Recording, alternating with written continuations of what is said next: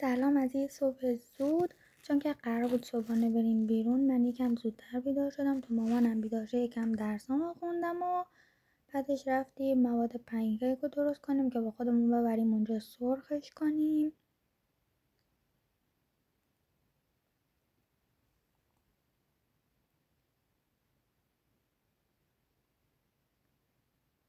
بعد که دیگه هوا روشن شد آماده شدم و ضد آفتاب زدم.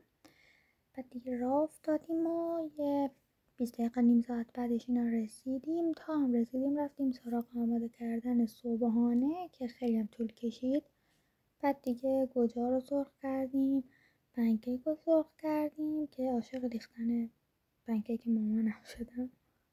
بعدش دیگه اینا رو سرخ کردیم، از این نونا خیلی هم خوشمزه بود، سرخش کردیم.